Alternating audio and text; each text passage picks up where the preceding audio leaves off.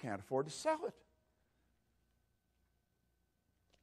I said, you've got to make a decision right now. Do you like the house? Yeah, I don't want to sell it. Then don't sell it. Just figure out how to earn more money. And so the two of us got working on it, and his problem was solved. It was simply a decision. Well, that's all we need. See, we're living in a new economy. The economy that you and I were raised in, that's not the economy we're living in anymore. It's a totally different world we're living in. But we're still operating with all the old habits. Now, Gates said one thing is clear. We don't have the option of turning away from the future. You don't have that option. No one gets to vote on whether technology is going to change our lives. It's here. This is the deal. You either fall in line with the new rules or you're going to lose. It's that basic and it's that simple. There's nothing complicated about it. You see? Now, here's three great questions. You want to remember this because this can change your life like night and day. It's so basic and so simple, you could miss it. One, what am I doing? What am I doing? Number two, what works? What works? Number three, what doesn't work? Now, when we've analyzed this, let's make up our mind that we're going to stop doing what doesn't work and take all that energy and that time and put it into what does work. Do you know if that's the only thing you got out of this entire meeting this afternoon, it could be worth millions to you. Literally millions. I picked this up. I don't know if I heard it or I read it, but there was a man who had an engineering company. He did about $10 million a year. It wasn't a big company, but it wasn't a corner store. And he died. His wife had nothing to do with the business. She never went around the business. So everybody just assumed when he died, she would sell the business. But she didn't plan to sell the business. After the funeral and things slowed down, she went into the company and she called all the heads of departments in, and they're the three questions she asked. What are you doing? What works? What doesn't?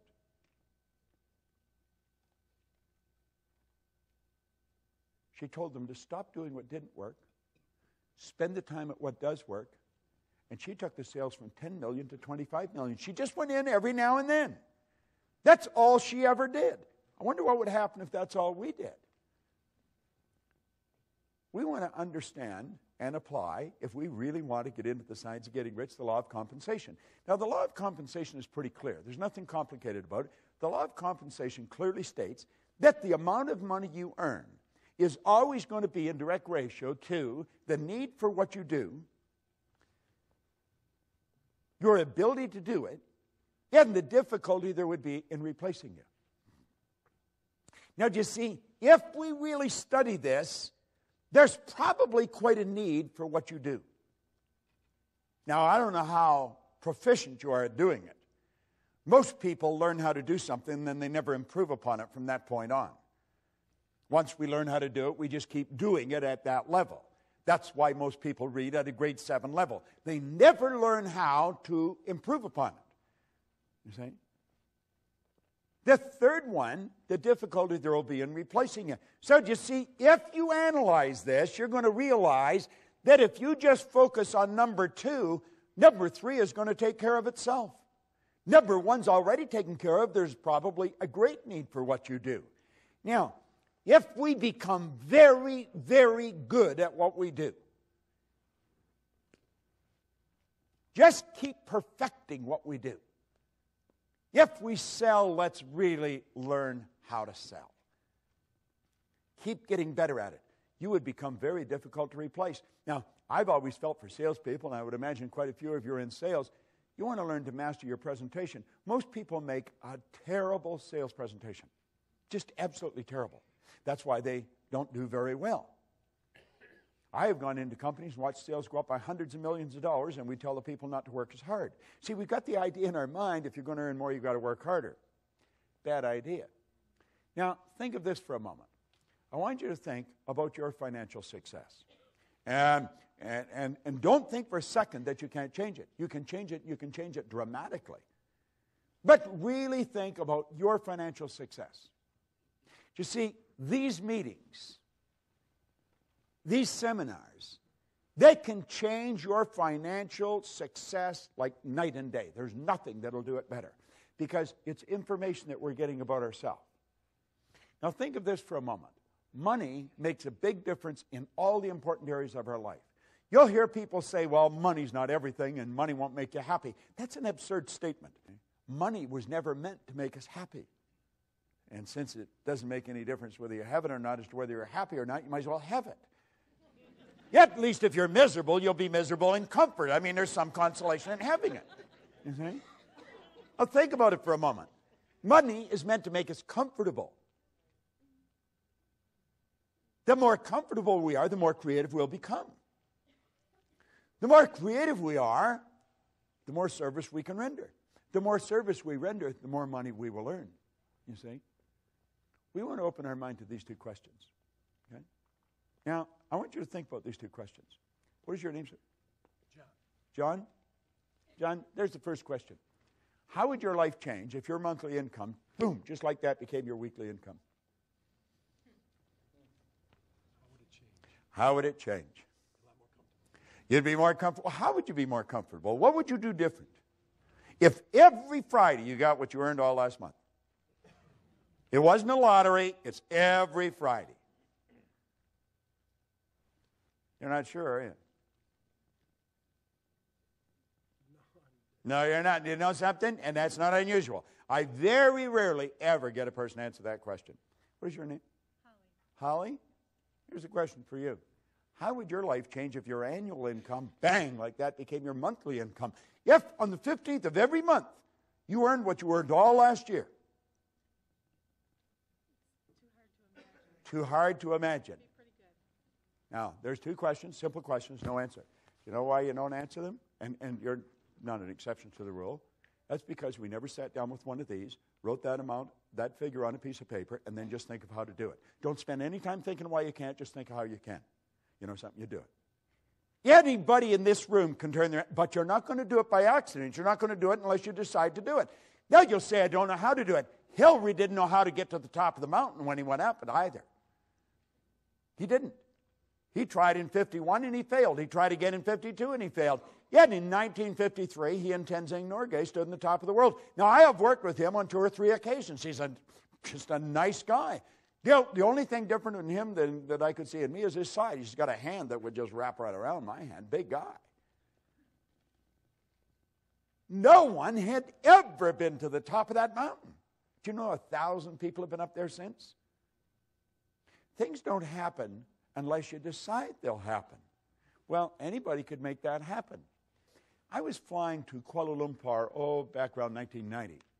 And I like playing with words and numbers when I'm on a plane. And I'm not a good flying partner. If you sat beside me, you'd probably think I didn't have any social intelligence at all because that's my time. And so I sit there and I write words and I write numbers. And I remember I wrote the word commission one time, and all I could see coming off the page was mission. And I made a program called the Mission in Commission. And there is people that all are in the big commissions. They're involved in the mission. They're not involved in the commission. And it's a paradox, you see. Yeah, because they're not doing what they're doing for money, and yet they wouldn't do it if they weren't being paid. Yeah, it's real paradoxical. You could get your head all messed up if you play with it long enough. But I sat down and I wrote a 1 and 6 zeros. And I took a look at it and I thought, 1 million. You know, we've written songs about 1 million. We'll say, what would you do if you won 1 million? Oh, I don't know what I'd do, you know. And we have all these little games that we play. Line up for blocks. I saw a sign coming in here, just driving into town where they had a big sign up. There was 1 million in the background, and there were 31 million or 390 million or something in a lottery, you know. And there'd be all kinds of people look at that and say, God, would that be nice, you know. Well, anybody can do this. And I got thinking about the people that I knew had earned 1 million. Hell, I earned 1 million, and I didn't even know what I was doing. You don't have to be very bright to earn money. And there's enough evidence around to prove that. There's all kinds of people that are functionally illiterate. They can neither read nor write. They're multimillionaires. Yet there's people walking the street who are absolutely brilliant, and they're broke. Think about it. That's got nothing to do with being intelligent. It has nothing to do with gender. It has nothing to do with geography.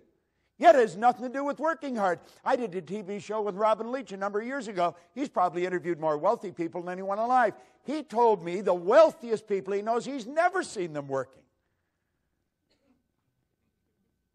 Now, you could be sitting there and thinking, well, what the hell do they do? You know? I mean, that sort of scrambles our head because we've been trained you got to go to work. Well, here's another one. This is, like the 3 questions. This is another one that you want to burn into your mind. This is something most people don't know. They don't teach this in Harvard.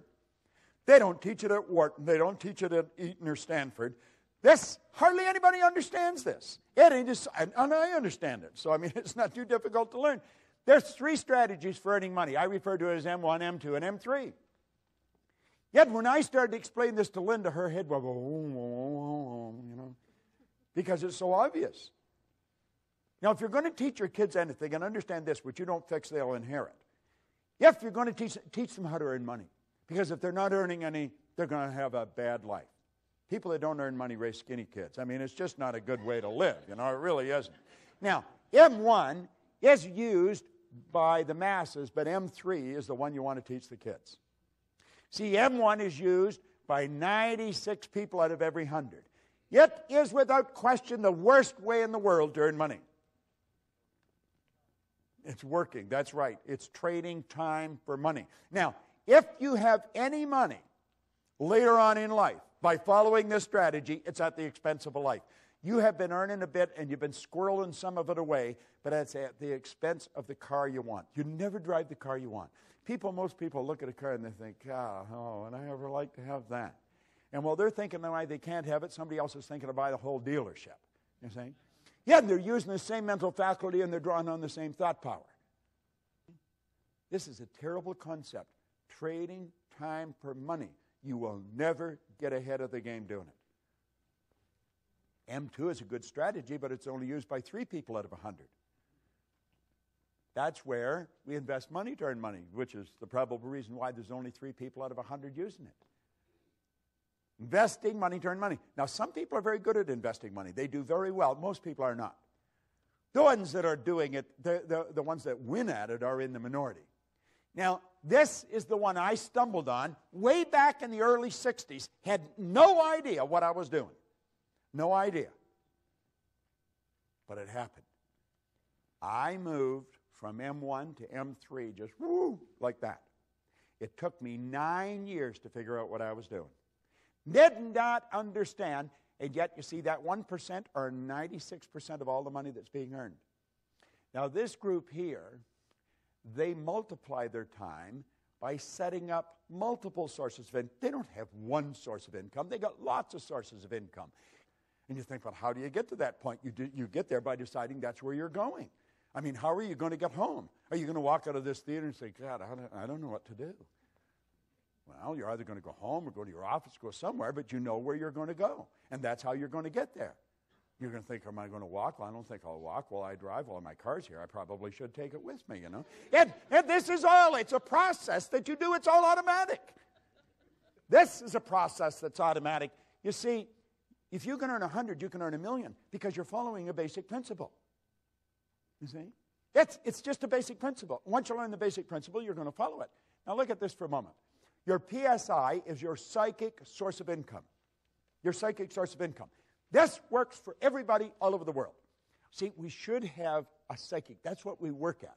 We wake up in the morning and we start doing what we absolutely love to do. I always find it amusing that I can be so well paid doing what I love. I love doing this. I absolutely love it. Yet, and I earn ridiculous sums of money for doing it. But I'm doing what I really love to do. That's what we should do. We should all do what we love. It's a psychic source of income. We can earn all the money we want. We can stay healthy. We don't need to react. See, if you do something, I react to it, you're in charge of me. The second you react to situations or circumstance or other people, they're in charge of you. So here you are, the only life you got, and it's a relatively short one, and we're putting other people and things in charge of us. We're bouncing around. Our head is like a ping pong ball. That's the way many people live. It's no wonder their body's breaking down. This damn thing is in such a chaotic vibration, it has to break down. It's just a mass of molecules, and you should keep it in the right vibration.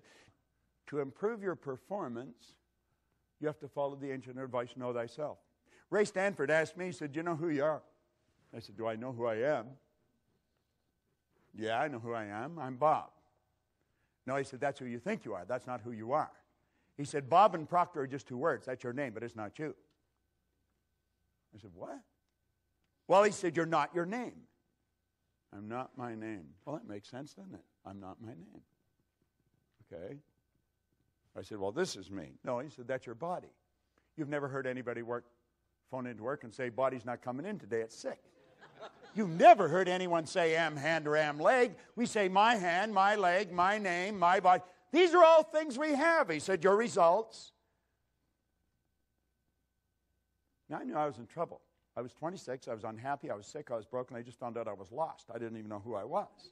You see? Well, if you're going to know yourself, if you're going to change your life, you've got to change yourself. If you're going to change self, you have to know who self is. Now, think of this for a moment. You and I have infinite potential. Now, I said before, I don't know how much infinite is. I just know it's a lot. Has no beginning and no end. That's the potential we've got. We've got all of this power, yet if you watch the way most people live, you would think that they were just about out of juice. A lot of people, when their heart stops beating, it's going to be a formality. I mean, they just sort of sit. They never really get it going. Yet we have infinite potential. We're dealing with something pretty big. If we're going to find out something about ourselves, we have to look at this. You say, this is over my head. No, it's not. I teach this to kids. I got it. This all tied into the science of getting rich. Rich resources are lying dormant within us. Let's look at it a different way. You see? You and I are spiritual beings. There's only two sources of reference to go to find out anything about ourselves. One's science and the other's theology. You'll hear people say they're having a spiritual experience. They're not having a spiritual experience. They are spiritual. They're having a physical experience. We're spiritual beings living in physical bodies, and we've been gifted with an intellect. Most people really don't understand that part, but that's where the power lies, all right? And our emotional state is going to be determined by how we use our intellectual factors. Andrew Carnegie told Napoleon Hill, he said, any idea that's held in the mind, that's emphasized, that's either feared or revered, will begin at once to clothe itself in the most convenient and appropriate physical form that's available. You see, Dr. J.B. Ryan said the mind is the greatest power in all of creation. Very few people understand it. If you go on our website, you just go to bobproctor.com, you'll see a quote there by Dr. John Mike, a psychiatrist from Florida. He said, I taught him more about the mind in 1 year than he'd learned in 4 years of medical school, 5 years of psychiatric training. And what I taught him was just what a Dr. Roeder taught me. I was always amazed by that. I thought, what do they teach you in medical school? You know, and what we're doing is getting in at the non-physical side of ourselves, and that's where all the power lies. It's a beautiful concept as we start to understand it. What do we need? We need understanding. You really want to change your income, you've got to change your understanding. Now, there's only two things you have to know to really make things happen big in your life. Number one, you have to know where you are, and number two, you have to know where you're going. Now, you see, most programs get you focused on where you're going. That's very important that we have a goal. You've got to know where you're going. But what happened to me that was totally different is Ray Stanford got me to focus first on where I was. He got me to look at what I was doing with my life, got me to take responsibility. He said, your results aren't bad and they're not good, they're just results. Nothing's bad or good except our thinking makes it so. He said, you have to ask yourself, are those the results you want? And I said, no. Well, he said, if you will pay attention and you'll do what I suggest, I can show you how to change it. You see? And my whole life started to change. Most people get us focused on the goal. If we don't know where we're at, we're not going to... Let's suppose we all bail out of a plane and safely land somewhere on the planet. Our objective is to get to this room. Now, we know where this theater is. We know where this room is. Our problem is we don't know where we are. Now, let's say it's overcast. We'll build a ridiculous situation. It's overcast. There's no street signs. There's no wind. There's no compass. There's no map. There's no people. But we know we're on the north. I mean, we could be in Milwaukee heading towards the Canadian border. We could be in Los Angeles heading towards Tijuana. You could be in Atlanta heading towards Miami. We could be right outside this theater and walk away from it. If we don't know where we are, it won't matter where you're going. So you see, we've got to take a good, honest look at ourselves. What am I doing? What works? What doesn't? Who am I? And as we really get a grip on this, everything in our world will begin to change. Now, I'm going to run through this very quick, and then we'll have a break, and then I'm going to come back, and I'm going to show you some simple things about the mind and how to make the shift that you want to make. You see, what we're seeking always is greater awareness. We're always wanting to raise our level of awareness because our results are an expression of our level of awareness. And the only way to improve results is to increase our level of awareness. All right? Now, effective goals inspire us to move to increasingly higher levels of awareness. Now here, yes, what you'll find that people say they want. They want greater health, happiness, peace of mind. All these results are the result of a higher level of awareness. So it's awareness that we should be seeking. We want to raise this, and everything else starts to happen. It happens like unadulterated magic. That's what happened to me, and I couldn't understand it. Now, there's a basic law that said everything in life is either growing or dying. It's either create or disintegrate. So you're never going to stay where you are. Your results are going to get better or they're going to get worse. It's create or disintegrate. No one stays where they are. Now, the truth is, I think most people get a little better and a little worse, a little better and a little worse. When they get a little better, they're forcing it, but force negates. You see, there's something inside of you that's urging you to grow. This is the spiritual side of our personality. It's the essence of our being, and spirit's always for expansion and fuller expression. There's something in you that wants you to grow. If you run, you want to run faster. If you jump, you want to jump higher. If you sell, you want to sell more. This is good. It causes dissatisfaction. Dissatisfaction is a creative state. My grandmother pretty well raised me, and she taught me that I should be satisfied with what I've got. Grandma was wrong. I should be happy with what I've got, but never satisfied. It's dissatisfaction that gave us the incandescent light. It's dissatisfaction that gave us air travel. It's dissatisfaction that gave us the internet. All those things were always here. People just became aware of them. The way to fly an airplane was always here. We can go all over the world now. We're not a long ways from anywhere. We're only a short period of time away. But while there's something inside wanting us to grow, there's something else that's trying to stop us. And that's the old paradigm. Now, after the break, I'm going to show you how that paradigm is formed and how we can change it. Yet it's just like magic. And when you do, your whole life changes. Everything in your life changes. Just no question about it. Now, you've got the one side that wants you to grow and the other side that doesn't want you to grow. The old paradigm does not want you to grow. Anyone that has smoked and quit smoking, I used to smoke. I quit years ago. But I remember it wasn't an easy thing to do. It was not. Why? Because it was a habit. Habits are not easy to get rid of. Habits are ideas that are fixed in here that control us. Many of you have gone on diets. You want to lose weight. I'll just toss something in for your benefit. When you lose something, you're programmed to do what? To look for it. Get rid of the idea of losing weight. Release it. Release it. See yourself at your perfect weight, looking good and feeling great. Your whole life is controlled by images. Get the image of the body that you want to live in, of the world you want. Quit trying to lose weight. Just release it and see yourself the way you want to be. Now, goals determine which side wins. The goal must be something you really want. Towards the end of the program today, I'm going to show you the difference between going after what you know you can do, what you think you can do, and what you want. And I'm going to show you why most people never go after what they want. And I'll also show you how to change it, because it's pretty beautiful. Now, at each new level, as we move ahead, every time we move ahead, our conditions, our circumstance, and environment change. As they change, you have to adapt to the change. That gives you the ability then to see the next step of action that's necessary. We'll graphically communicate that a little clearer a little later on. Okay? So here we go. We're moving up. Each time we move to a higher level, the results improve. And it just keeps getting better and better and better. And that's the way life should work. And it can work. Now, you and I think in pictures. We think in pictures. Okay? You don't think B-O-A-T. You don't think G-E-A-R. You don't think F-E-A-T-H or B-I-R-D. You think in pictures. You think in pictures. Now, it's the mind we're talking about. I want you to tell me what your mind looks like. What's your refrigerator look like, John? What color is it? White. 2 doors? Yes.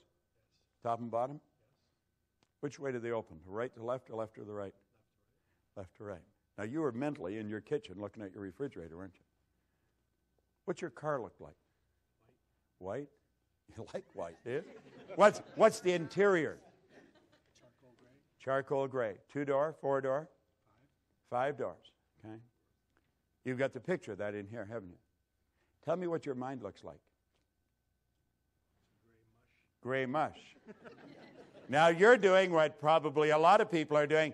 How many saw the brain when I asked you to think of the mind? Hold up your hand if you did. See, there's a whole lot of people doing the same thing. But your brain is not your mind, John. And your brain is not your mind. Your brain is an electronic switching station that enables you, by using certain cells in your brain, to alter the vibration that this body's in. The brain is an electronic switching station. No one has ever seen the mind, and that is why most people have such great problem. Because we think in picture. Now, when there's no picture, John, there's confusion. If there's confusion inside, you can make book on the fact there's going to be confusion outside. As we bring the picture to our mind, we bring order to our mind. What did Solomon say? Where there is no vision, the people will perish. Where there's no vision, there's no order. Where there's no order, there's no growth. Well, when you come back, I'm going to give you a picture to work with.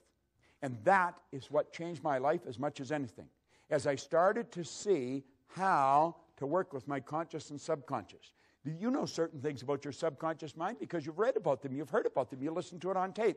But without a picture, it's just words. You see, when I asked you to think of your car, John, I activated vocal cords. I made a sound. It's called language or words. It was actually a light message.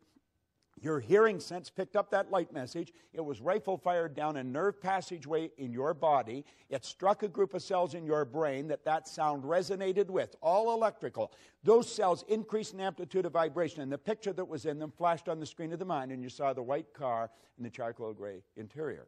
When I asked you to think of your refrigerator, light message struck those cells in your brain, the picture come on the screen of the mind. When I asked you to think of your mind, you saw your brain. And yet your brain isn't your mind. Your brain is in your fingernail. It's in your kneecap. And you know something? You'll never enjoy health if you're not able to get a picture of the mind. You'll never enjoy health. Because good health is when a body is in a good vibration. It vibrates in harmony with God's laws. Most doctors do not understand this. We have taught this to a lot of doctors, and it changes their practice.